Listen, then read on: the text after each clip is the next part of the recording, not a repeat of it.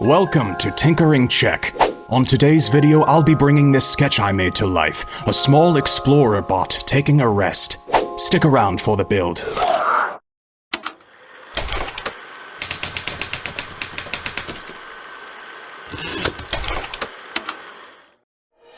I'm starting by building the torso. The internal skeleton of this is made out of these bionicle pieces. Now, it's always heartbreaking for me to use bionicle pieces, but these are broken and I'd rather use them for scratch building than throwing them away. The connection point for the head was made out of this cut-down pen tube.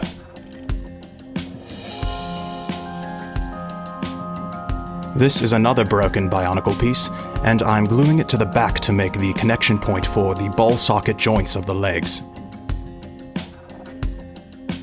Next, I'm cutting down a piece of this tubing from a soap pump bottle.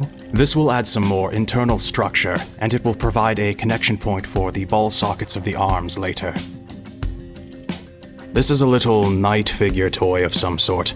I cut down the torso to make a covering for those bionicle technic holes. For the back of the torso, I'm using this scrap piece of styrene and cutting down some small shapes to cover the bulk. This will provide a mounting point for some detailed parts that I'll add later. Oh look, it's later. These are the detailed parts I was speaking of. This is a small toy of some sort, I don't know where it came from, but it has some nice detail, and it fits nicely on the back. I trimmed down some parts that were unnecessary, like this tube on the back. Then I pried this plate off. This will make it fit nicer on the back of the torso.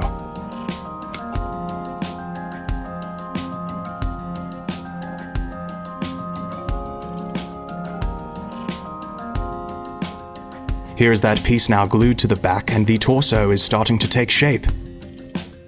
To cover up that soap pump tube and to bulk out the top part of this torso, I cut down a piece of this plastic pipe to make some curved shoulder coverings.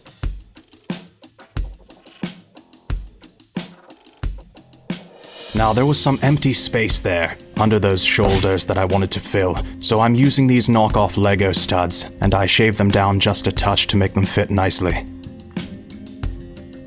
These here are some gear button charms.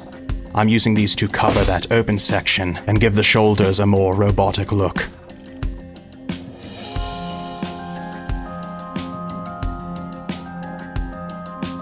For the connection point for the ball socket joints of the legs, I use this soap pump tube again, and some cut down pieces of some knockoff Lego studs, and I glued them to the bottom of the torso.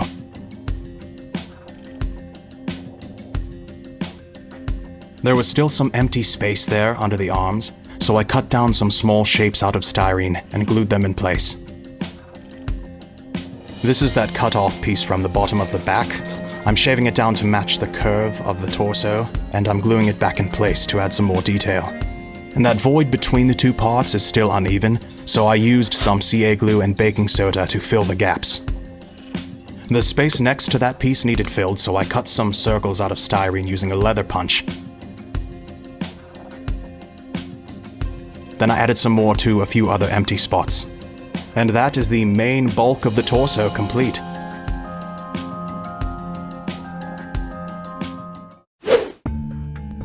Moving on to the arms and legs. I don't remember what these toys are, but I had these in the early 2000s, so if you happen to know what these are, feel free to comment. Anyway, I'm using these for parts of the appendages.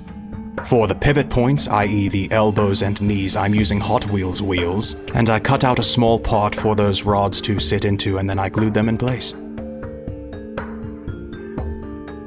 These are some small plastic checker pieces from a small checker set, and I use them to cover those open spots of the wheels.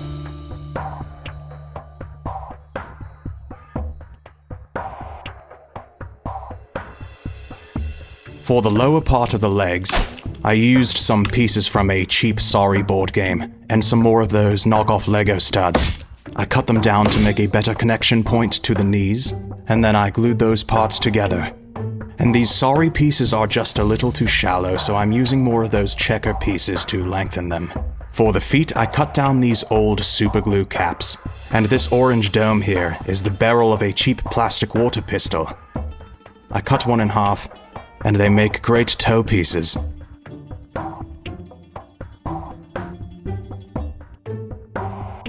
After those parts were all glued together, I needed to cover the opening on the bottom of the feet, so I cut some of these shapes out of styrene. Then, using some more styrene, I made some treads. Now, these parts of the legs that I made were just a touch too long for the look that I was going for, so I trimmed them down just a bit and then re-glued them to the knees.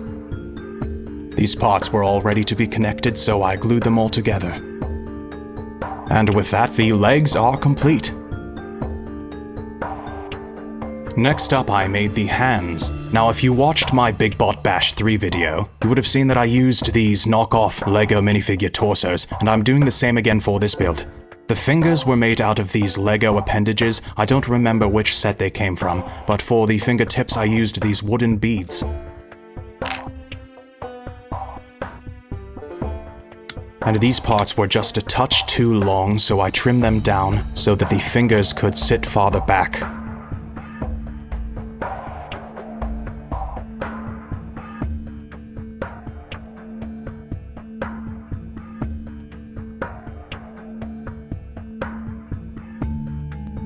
Both hands were made the same, apart from the thumbs, which were connected differently.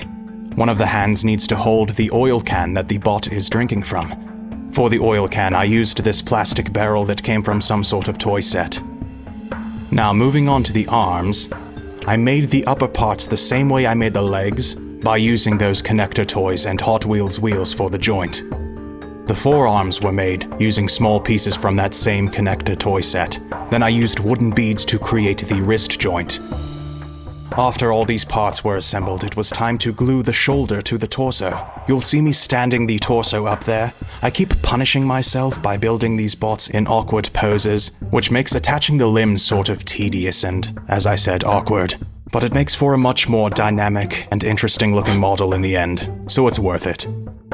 After attaching that left arm, I connected the legs to the torso in this seated position. I waited until now to glue the right arm together because I wanted to do it with the torso sitting upright so I could see exactly how I wanted it to be posed. When I was happy with the bend of the arm, I glued it and the hand in place. Moving on to the head, I started with this Mega Bloks wheel, and then I used this Lego dome for the bottom. These parts fit together well and really resembled that original sketch. Now, speaking of the sketch, if you remember, I drew the bot wearing a sort of baseball cap. I really liked the cuteness and whimsy of it. Now, for the hat, I used this acrylic dome that I've had lying around. It was the perfect size, and then I cut the brim out of a piece of styrene and glued those two parts together.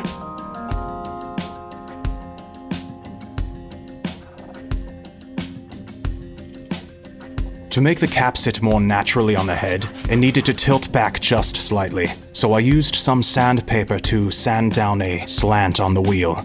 Then I glued the hat to the head, and it's looking pretty good. Once again, I'm using this soap pump tube to create the sockets for the eyes. I glued those in place, and then I used a knockoff Lego stud that I cut down to create the mouth. To give the mouth some more shape and dimension, I cut some small shapes out of styrene and glued them in place. After that, I used some more of those small styrene circles that I punched out to create the bot's eyes.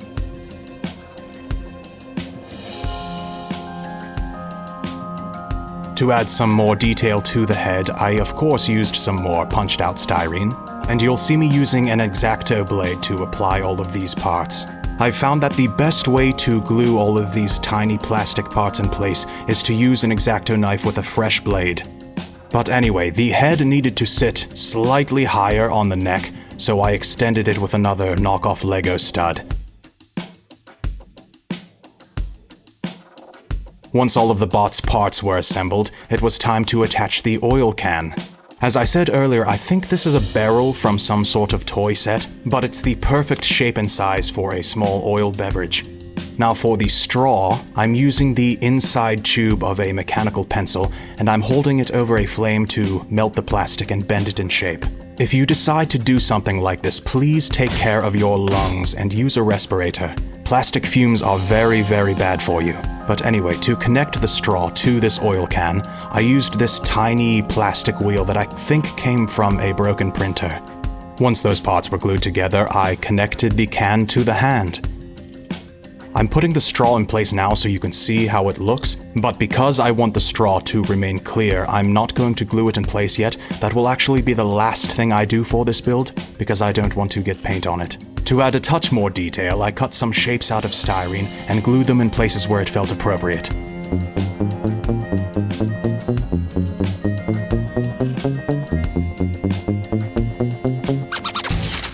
And with that, the bot itself is finished. Next up, it was time to move on to the mushrooms, but before I could do that, I built this small base for the whole model using some cardboard. Now, for the mushrooms, I made them using some Sculpey, which is a polymer clay that you bake in the oven to cure it. This is not only my first time using any sort of clay, but this is my first time making anything sort of organic in nature. But to get the correct shape for the stem of the mushrooms, I crumpled up some tin foil, and then I rolled out these thin strands of clay, and I spiraled them up the tin foil in different sizes and thicknesses and whatnot. And it ended up looking sort of like a tree trunk, which was interesting. Now for the cap of the mushroom, I made a circle using a coffee can lid, and then using a butter knife, I carved in the gills for the underside of the top. And I used some more thin strands of clay to cover that rough outer edge. Then I used some more crumpled up tin foil to press it in and add some interesting texture. Now this part here is what I believe is called the veil of the mushroom. I'm not a mycologist and I don't feel like looking it up. Anyway, for the top side of the mushroom cap, I slapped on some more clay and then I wet my fingers to get a nice smooth surface. I baked the parts in the oven to cure them and then I glued them together using CA glue and baking soda. Off camera, I made a second mushroom. It was made the same way as the first one, just slightly smaller, so I didn't show it. Also off camera, I made this part, which will transition the mushrooms into the base a little more nicely. I baked it to cure it, and then I glued it in place. Next, it was time to make the terrain texture for the base. Now, this is my first time ever making any sort of terrain, so I don't have any of that expensive terrain material, so I made my own terrain paste using wood glue and thick sawdust. Then I set the base aside to dry overnight. While it was drying, I moved on to one of my favorite steps, priming. This step is great because it really unifies the build into one cohesive piece, instead of a glued-together mishmash of rubbish. Anyway, to paint this bot, I started by dabbing on a coat of burnt sienna to create a rust layer. Then I mixed up a steel color and dabbed on another coat over a lot of those rust areas.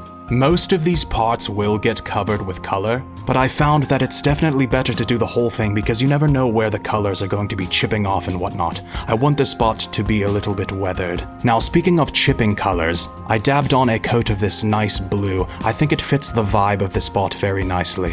For the cap, I used a green color, and then I painted the oil can this nice oil can red. Now, if you can't tell, I'm using this painting technique that I've seen other model makers use, where you dab the paint on everywhere but the edges. This is my first time using that technique, and I'm happy with how it turned out.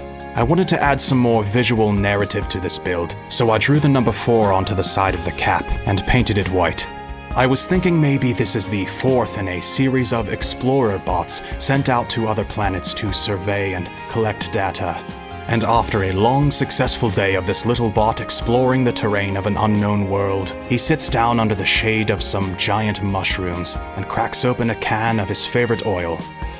Now I'm painting all of the copper bits, and then I mixed up a nice oxidized green color to weather them up a little bit.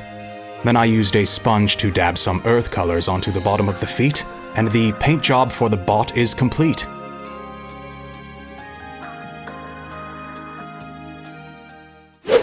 Next, it was time to paint the mushrooms. I gave them both a coat of black primer, and then I painted them this off-white color, the exact off-white that the clay was before. I'm not sure if this was a waste of time, but it doesn't matter. I painted the underside of the caps a brown color, and then I used a sponge brush to get a nice, smooth finish on the tops of the mushrooms. At this point, the terrain texture was dry and I gave it a coat of primer. Now, I wasn't super happy with how this terrain turned out, so I'm going to add another coat of terrain paste, but first I wanted to glue these mushrooms in place.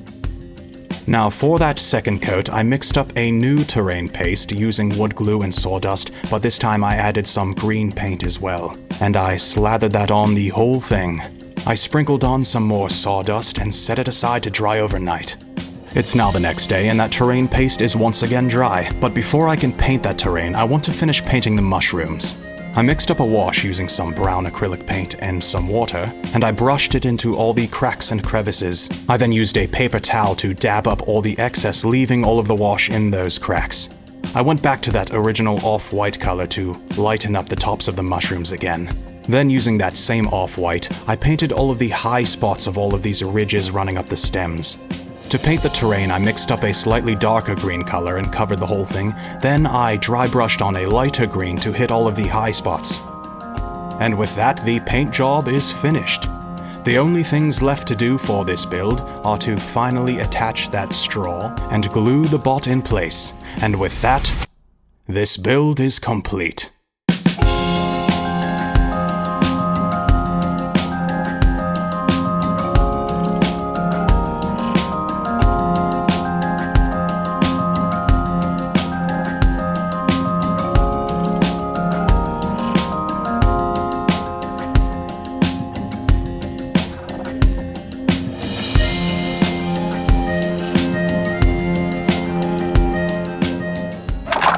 Thank you so much for watching this video. If you enjoyed and want to see more builds in the future, consider liking and subscribing, and sharing this video with your friends. Unless of course you don't have friends, in which case you can share it anyway by sending it off into the internet ether. Or don't, it's up to you. Anyway, I'll see you in the next video. But until then, go away.